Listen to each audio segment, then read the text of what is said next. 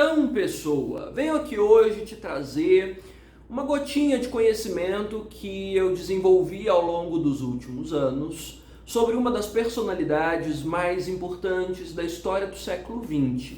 Eu estou me referindo a Anísia da Silveira. Em qualquer indivíduo, mesmo no mais esfarrapado mendigo egresso de um hospital psiquiátrico, existem pulsões criadoras, existem forças autocurativas. Provavelmente quem já foi meu aluno ou acompanha as minhas aulas há algum tempo já ouviu esse nome aqui para falar sobre reforma psiquiátrica, para falar sobre humanização, para falar sobre direitos dos animais, para tratar talvez de um dos marcos mais importantes no nosso olhar para o mundo, no nosso entendimento das relações humanas e principalmente do que hoje nós quase que vulgarizamos, nos debates sobre saúde mental.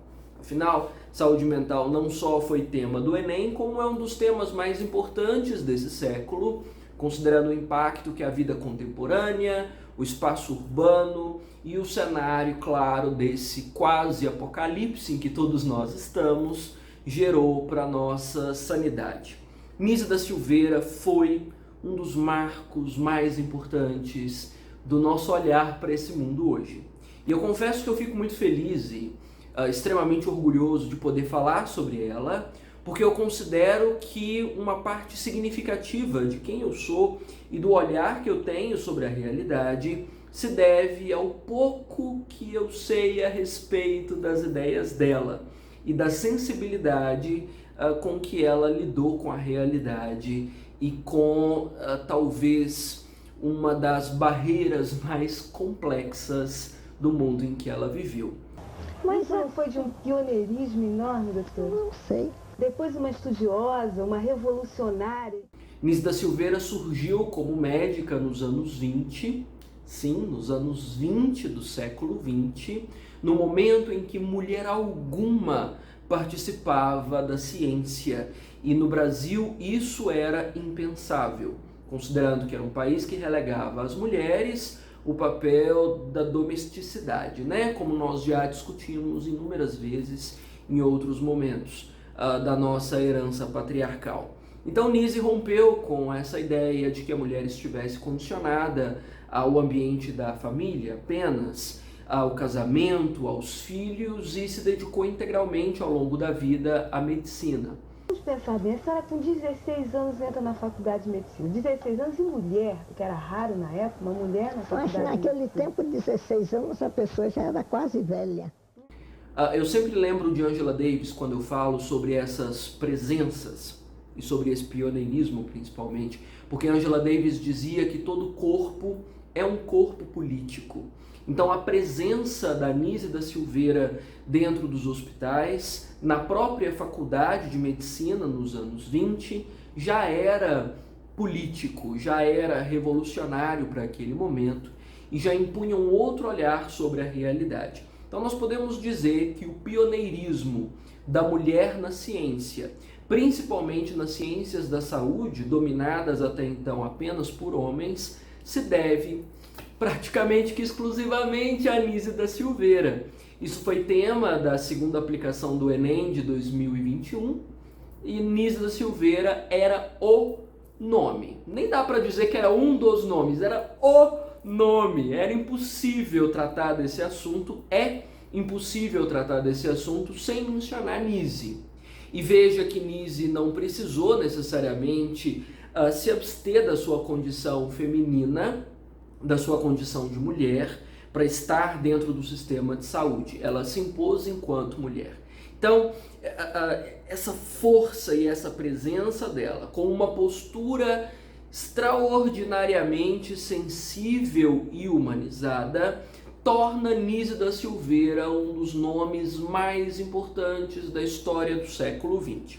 Vou levantar aqui para você pelo menos 3, 4 conceitos que são assim indiscutivelmente decisivos para entender quem é Nise da Silveira, qual é a relevância dela para a nossa história e, claro, já que nós trabalhamos com isso, não é, meu senhor, minha senhora, para você usar na sua redação como matriz de repertório para sustentar as suas ideias.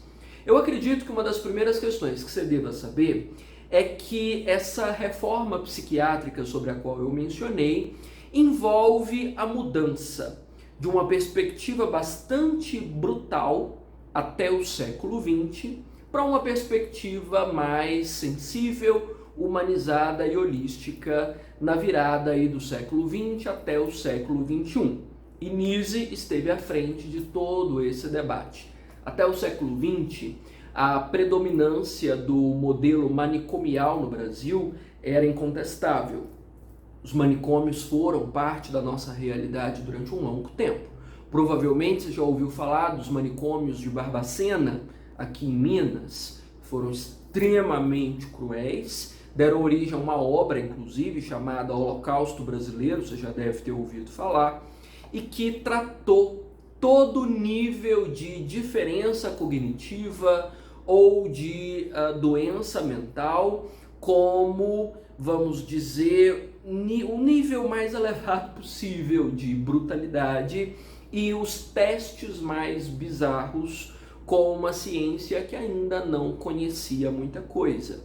Eu estou me referindo a questões que vão do eletrochoque até a lobotomia, que foi um método que inclusive foi bastante contestado pela Nise aí nos meados do século XX.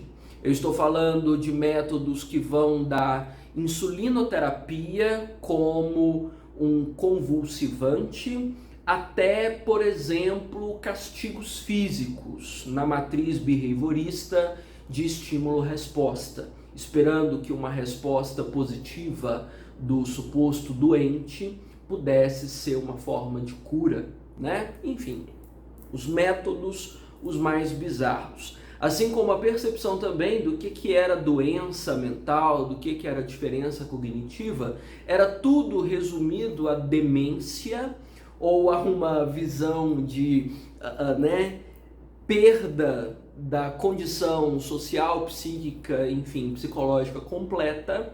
Essas pessoas eram totalmente segregadas da sociedade e passavam a viver numa espécie de limbo, que não era nem o mundo dos vivos, nem o mundo dos mortos, né? Um entremeio aí, um limbo em que estava privada qualquer possibilidade de afeto, de vivência social ou de reabilitação, de reinserção. Tudo isso era impensado, né?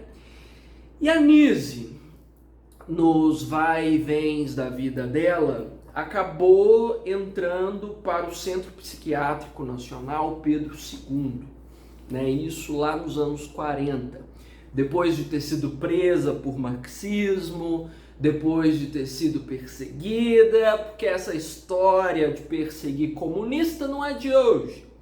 Ela foi presa por porte de obras marxistas, veja só.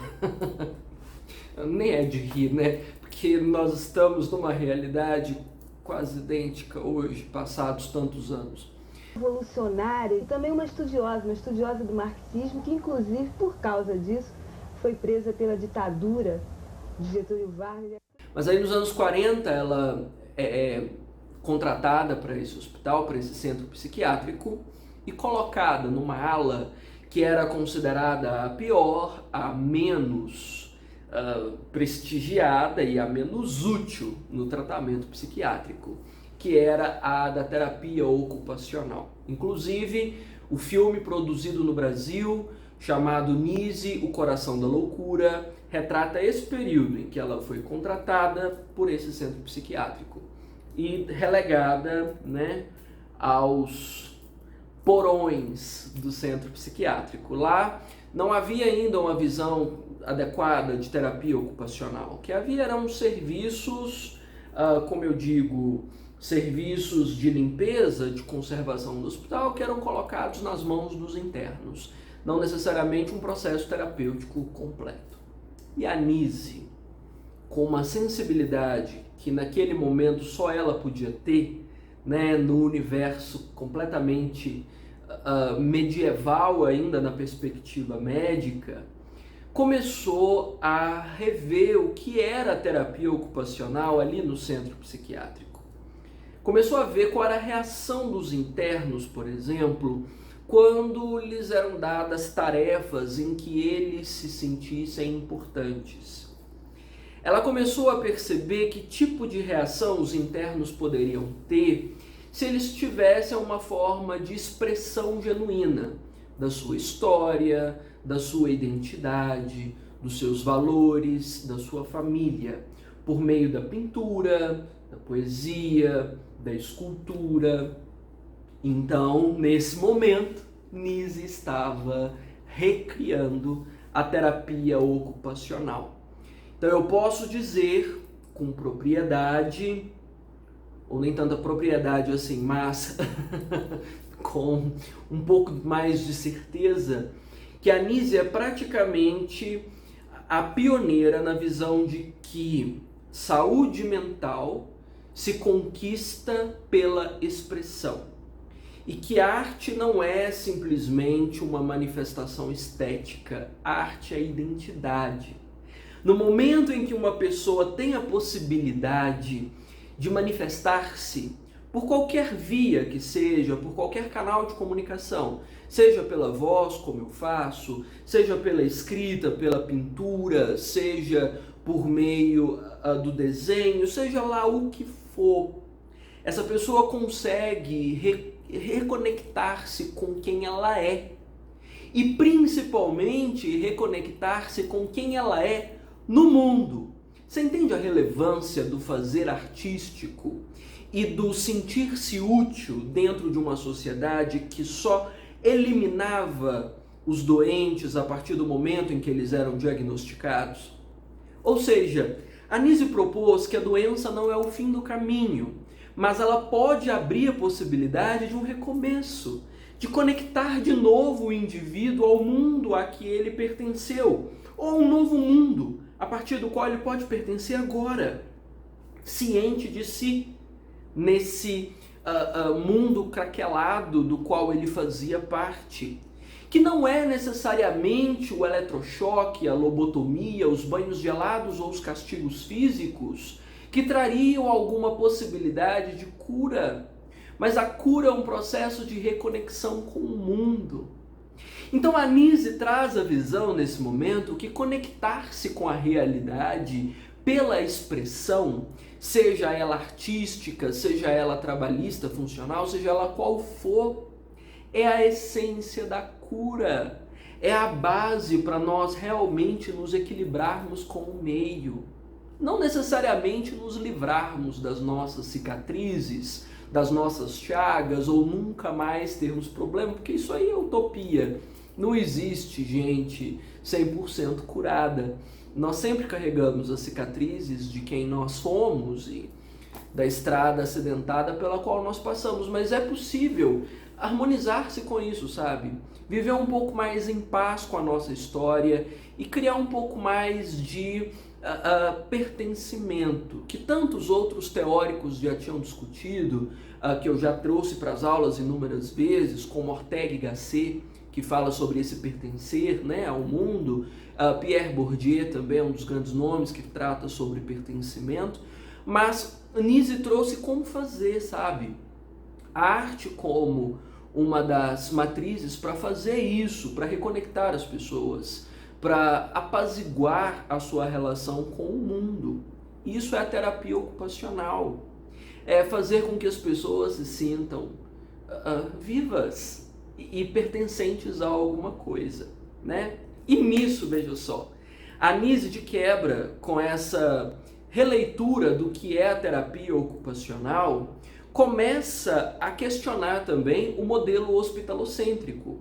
O que é o modelo hospitalocêntrico? É essa estrutura do sistema de saúde que todos nós conhecemos, pautada em diagnóstico, tratamento, medicação, que a gente conhece bem, né? Você sente a dor, você diagnostica a dor, você trata a dor do órgão ou do sistema a que ele diz respeito.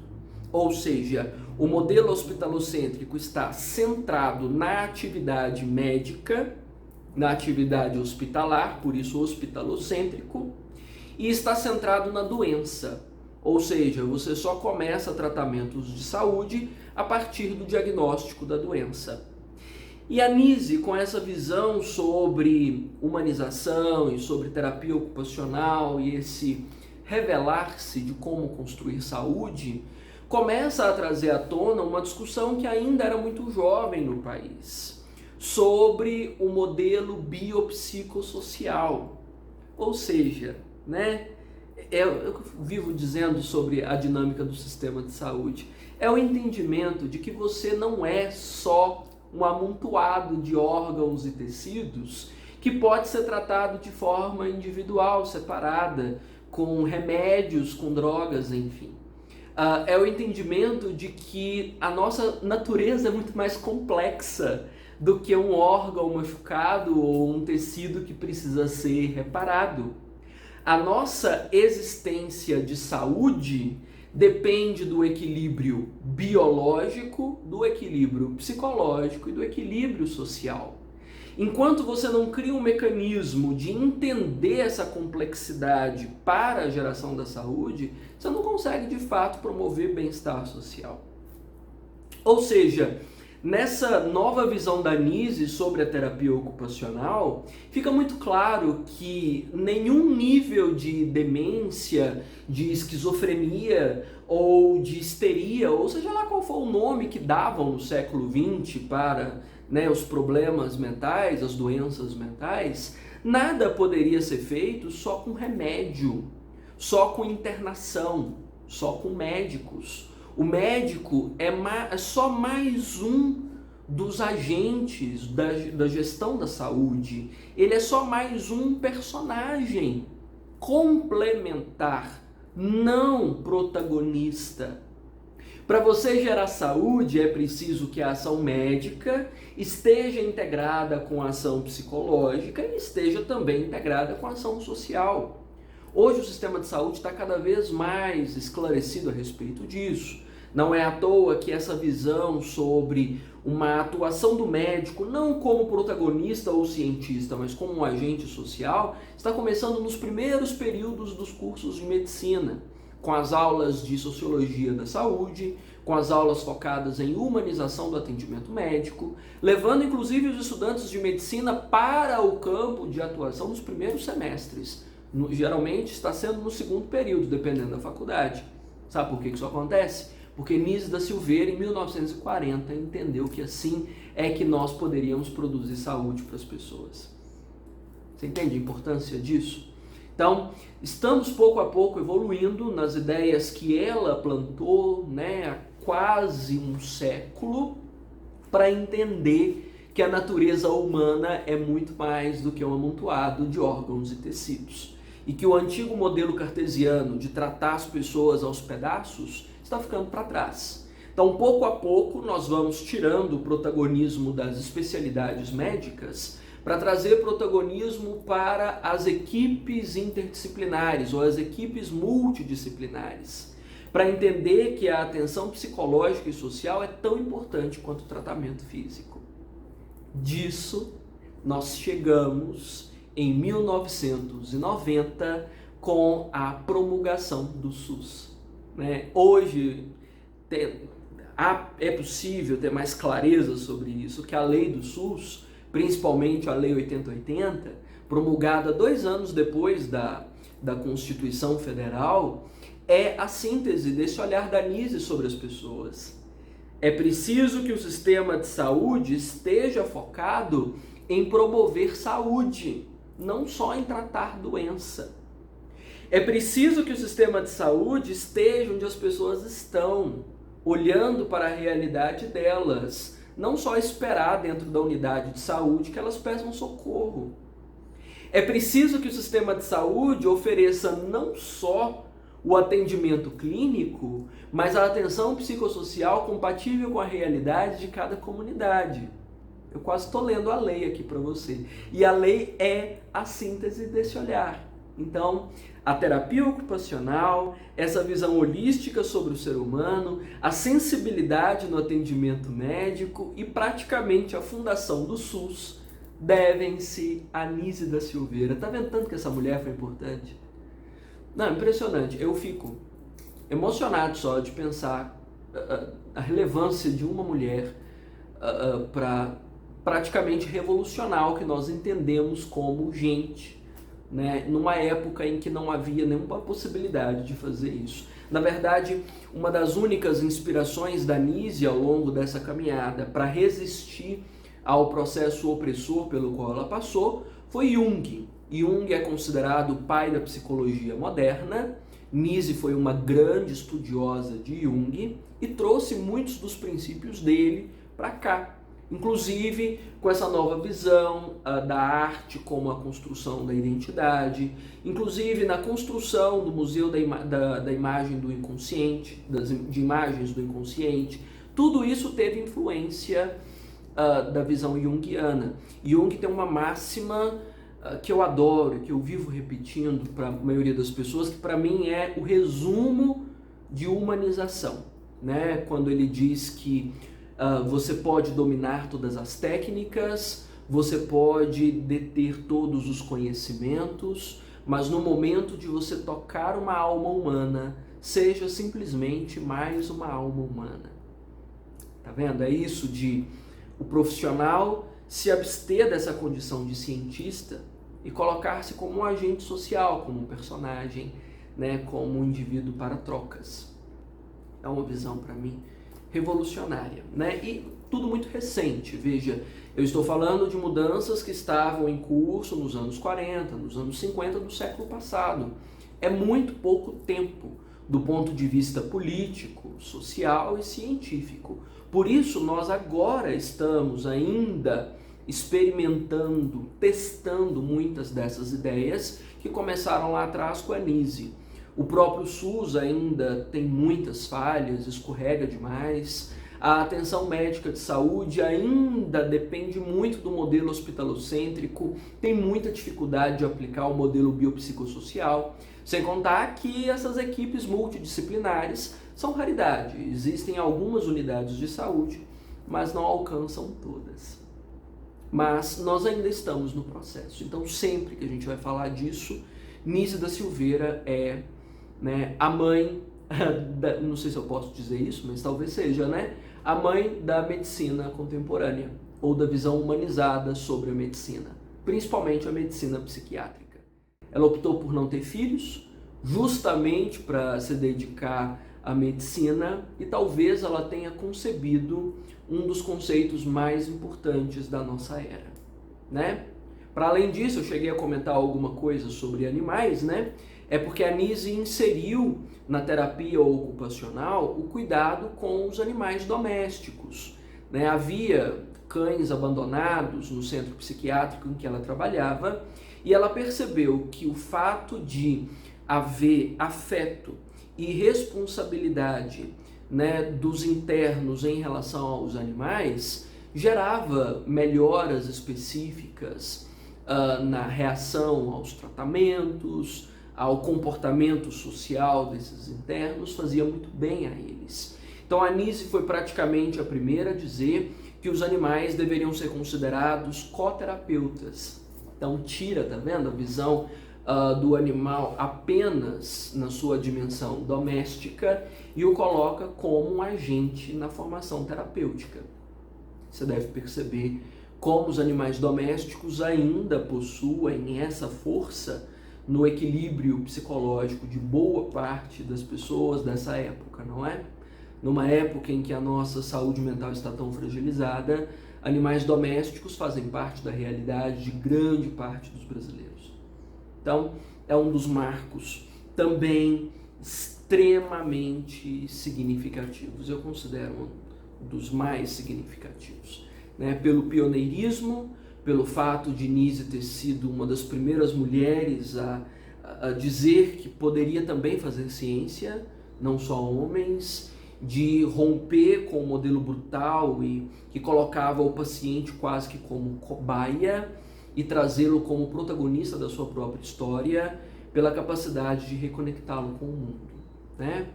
E principalmente nesse momento de dizer que a arte é um desses mecanismos de reencontro do indivíduo com a sua identidade. Eu ainda estou bastante incomodado com esse assunto sobre as artes, principalmente porque há poucos dias eu estava falando sobre indústria cultural e me dói muito a forma como nós distorcemos essa função maior da arte como identidade para transformá-la num produto, né? Num comércio.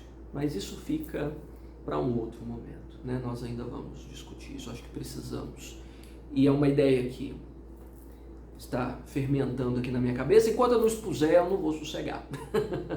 Bom, espero que essa pequena discussão tenha feito você sentir tanto orgulho de Nise da Silveira quanto eu sinto, que te traga curiosidade de conhecê-la mais. Talvez você possa assistir ao filme em que um trecho da história dela é retratado com uma interpretação surreal da Glória Pires, vale muito a pena assistir, e que talvez você consiga encontrar essa sensibilidade de Nise nas nossas ações cotidianas também sobre a relevância da humanização.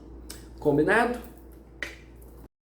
Em qualquer indivíduo, mesmo no mais esfarrapado mendigo egresso de um hospital psiquiátrico, existem pulsões criadoras, existem forças autocurativas esperando de apoio, esperando de amor, esperando de calor humano.